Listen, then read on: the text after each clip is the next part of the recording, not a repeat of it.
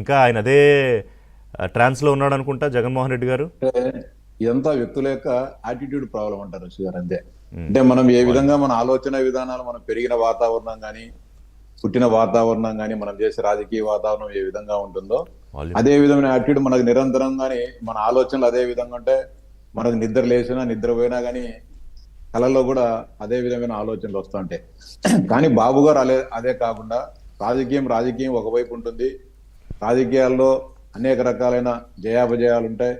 అదేవిధంగా ఒకవైపు అధికారంలో ఉన్నప్పుడు కాకుండా అధికారంలో లేనప్పుడు కూడా ఈ రాష్ట్రం, ఈ దేశ సర్వతోముఖ అభివృద్ధి కోసం, ఈ దేశంలో ఉన్న యువత అభివృద్ధి చెందాలా, వారికి ఉద్యోగ అవకాశాలు కల్పించాలా, శాస్త్ర సాంకేతిక రంగాలలో మనం సమున్నత స్థాయికి పోవాలా, ప్రపంచంతో పోటీ పడాలనేసి బాబుగా నిరంతరం ఆలోచిస్తూ ఉంటారు. ప్రతిపక్షంలో కూడా మేము అనేక సందర్భాల్లో ఆయనతో జరిగిన సమావేశాల్లో కానీ, బహిరంగ సభల్లో కూడా అన్ని మాట్లాడేవాళ్ళు. ఏది మనం అధికారంలోకి వస్తే ఇవన్నీ కూడా శాస్త్ర సాంకేతిక రంగాలు కానీ, ఐటీ కానీ, ఏఐ కానీ, లేకుంటే టెక్నాలజీ కానీ, సైన్స్ కానీ అన్నిటిని కూడా మనం పురోభివృద్ధికి తీసుకోవాలా. ఒకవైపు సంక్షేమం కాదు, సంక్షేమంతో పాటు మిగతా అన్ని కూడా అభివృద్ధితో పాటు టెక్నాలజీ కూడా ముందుకు తీసుకోవాలనే ఆలోచనతో నిరంతరం ఆయన మాట్లాడేవారు. ప్రతిపక్షంలో ఉన్నప్పుడు కూడా మీరు కానీ అనేక సందర్భాల్లో గమనించి ఉంటారు. శాస్త్రవేత్తల్లో కానీ, ఆర్థికవేత్తలతో కానీ, లేకుంటే ప్రపంచ దేశాల పర్యటనకు పోయినప్పుడు అనేక రకాలైన ప్రముఖులతో కానీ మాట్లాడే సందర్భాలు చూసాం. కానీ మా ఎమ్మెల్యే మాత్రం విదేశాలకు పోయినప్పుడు ఏ ప్రముఖులతో మాట్లాడేది ఉండదు, ఏ పారిశ్రామికలతో మాట్లాడేది ఉండదు, ఏ శాస్త్రవేత్తలతో మాట్లాడదు. కేవలం తన కుటుంబ సభ్యులను కలవడానికి, లేకపోతే ఇతర సొంత అంటే అట్లా కాదు కదా, మీరు కార్యక్రమాలు. మీరు తప్పుపడితే అలాగే మాట్లాడాలంటే మీకు దాని మీద ఒక విజన్ ఉండాలి, ఒక క్లారిటీ ఉండాలి, ఆ సబ్జెక్ట్ మీద అవగాహన ఉండాలి. ఇన్ని వ్యవహారాలు ఉంటాయి అందులో. నేను ముందే చెప్పాను కంటే మన పెరిగిన వాతావరణము, మన పుట్టిన వాతావరణము, మన ప్రస్తుతం చేస్తున్న రాజకీయ వాతావరణం, ఈ రాజకీయ వాతావరణం మన చుట్టూ ఉన్న వ్యక్తులు బట్టి కూడా మన యాటిట్యూడ్ ఉంటుంది. మన చుట్టూ మంచి వ్యక్తులు, సమాజ సేవకులు, ప్రజల మంచిని కాంక్షించేవారు మన చుట్టూ ఉన్నప్పుడు మన ఆలోచనలు కానీ అయ్యే ఉంటాయి. మన చుట్టూ ఉన్నవారు కానీ ఇది చేస్తే బాగుంటుంది, చేస్తే బాగుంటుంది అని చెప్తారు ఆ నాయకునికి.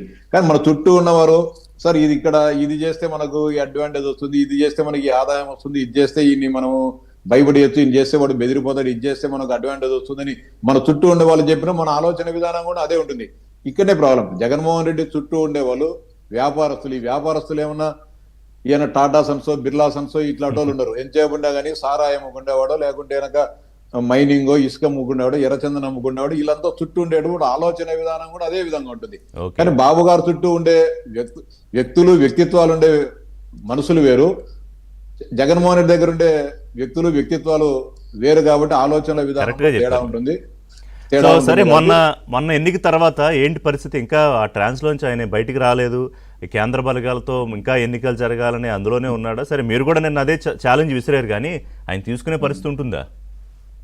అంటే కేంద్ర బలగాలు అనేది ఇంతవరకు ఎప్పుడైనా భారతదేశ స్వతంత్రం వచ్చిన తర్వాత స్థానిక సంస్థల ఎన్నికలు ఏమైనా ఛత్తీస్గఢ్లోనో, లేకుంటే నక్సల్స్ ప్రభావిత ప్రాంతాల్లోనో, లేకుంటే తీవ్రవాద ప్రభావిత ప్రాంతాల్లో ఏమన్నా అటు ఇటు ఏమైనా జమ్మూ కాశ్మీర్ అట్లా ఏమైనా జరిగిండొచ్చునేమో. కానీ మిగతా సామరస్యంగా ఉండే శాంతియుత వాతావరణం ఉండే రాష్ట్రాల్లో కేంద్ర బలగాలతో ఇప్పుడు కూడా మనకు జరిగిన సందర్భాలు అయితే నేనైతే ఇప్పుడు లేదు.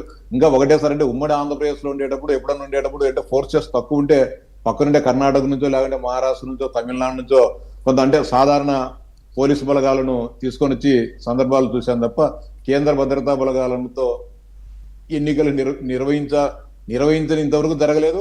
నిర్వహించాలే ఆలోచన అంటే కనుక ఆయన మానసిక పరిపక్వతకు, రాజకీయ పరిపక్వతకు అదొకటే నిదర్శనం.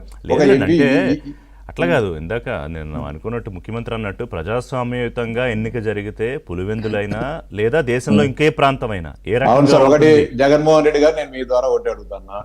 కేంద్ర భద్రత ఇప్పుడు రాష్ట్రంలో ఉండే పోలీసు బలగాలన్నీ కూడా మీరు అధికార పార్టీ కాబట్టి మీ చెప్పు చేతులు ఉన్నాయంటారు. కేంద్రంలో కానీ ఉండేది మేమే కదా.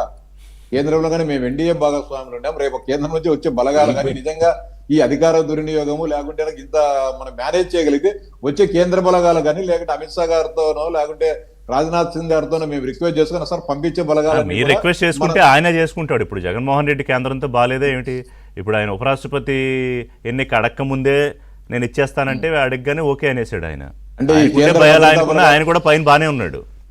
అంటే ముందస్తు వ్యూహంలో భాగంగానే ఈ బ్యాలెన్స్ చేసేదానికి ఆయన ముందే అడిగినట్టు కదా. చూస్తాండి. లేకపోతే ఏమో మీరెప్పుడు ఏం చేస్తారో తెలియదు కదా. సరే మాట్లాడదాం. వెంకటేశ్వర గారు ఏం పరిస్థితి అంటే గాది వెంకటేశ్వర గారు ఇప్పుడు సరే పులివెందులు అనేది సరే పేరు దానికి ఒక పెద్ద కలర్ ఆపాదించారు, లేదంటే అది కూడా అన్ని నియోజకవర్గాల్లో ఒక నియోజకవర్గమే కదా అదే ఆంధ్రప్రదేశ్.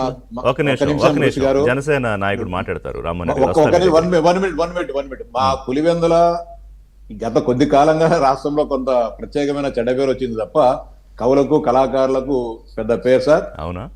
కడప జిల్లాలో స్వాతంత్రోద్యమ చరిత్ర మిగతా ఆంధ్రప్రదేశ్ లో ఎవరికి లేదు.